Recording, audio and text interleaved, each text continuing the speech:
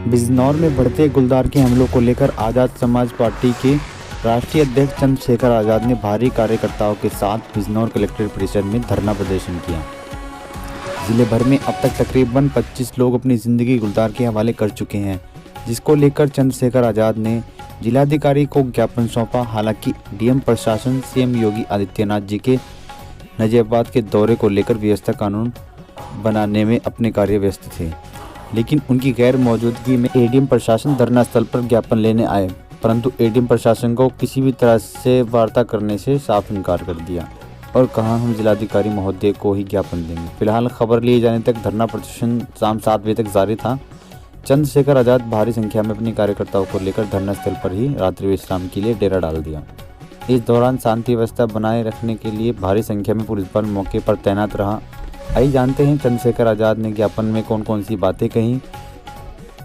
उन्होंने कहा कि गुलदार द्वारा मारे गए व्यक्ति के परिवार वालों को 25 लाख रुपए का अनुदान दिलाया जाए।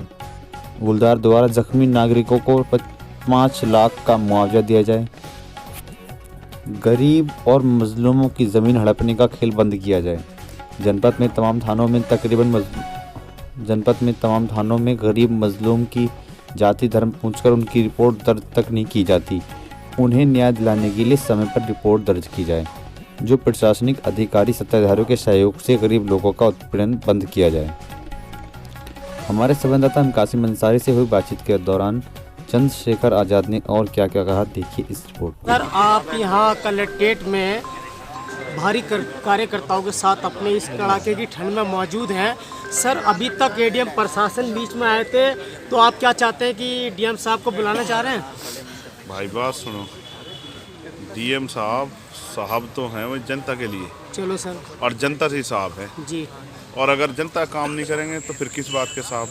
तो ठीक है साहब, आप मौजूद कार्यकर्ताओं के साथ हैं, कब तक हैं? देखिए, हमारी कुछ मांग है, हमारे कुछ सवाल हैं। जिलाधिकारी यहाँ सबसे बड़े अधिकारी है जी। हम उनसे वो सवालों के बारे में जानकारी चाहते हैं। हमें ये आश्वासन चाहिए कि जो व्यक्ति जिनकी हत्या हो गई है या जिनको गुलदार ने जिनकी जान ले ली है, उनके परिवारों को क्या सहयोग करेगी सरकार, उसके लिए जिलाधिकारी ने क्या प्रयास किए हैं। दूसरा, जो लोग घायल हैं उनके मुआवजे के लिए क्या प्रयास हुए हैं। तीसरा, रोज गुलदार का आतंक बढ़ रहा है, गुलदार को रोकने के लिए क्या व्यवस्था जो है जिलाधिकारी महोदय ने सरकार से बात कर की, क्या उन्होंने ऊपर जानकारी दी भी या नहीं दी है। कोई इस तरह की व्यवस्था की है कि भविष्य में किसी का बेटा, किसी की बेटी, किसी की पत्नी, किसी के पिता, किसी के भाई की जान ना जाए, ऐसी क्या व्यवस्था उन्होंने की है नहीं की है। तो ये सर, मैं भी मानता हूँ उनके हाथ में सब कुछ नहीं है, लेकिन उनके हाथ में इतना कुछ है कि वो खूब पिंजरे लगवा के, खूब कैमरे लगवा के और एक एक गुलदार को पकड़वा के उनको वहाँ भिजवा दे जहाँ उनकी ज़रूरत है और यहाँ लोगों की ज़िंदगी सुरक्षित करें। मैं मानता हूँ, अभी मैं और मेरे साथी बात कर रहे, गुलदार के जहाँ गुलजार होता तो कभी का पकड़ा गया होता। लेकिन ये गुलजार नहीं, गुलदार है, इसलिए पकड़ा नहीं जा रहा है और वो रोज़ हत्याएं कर रहा है।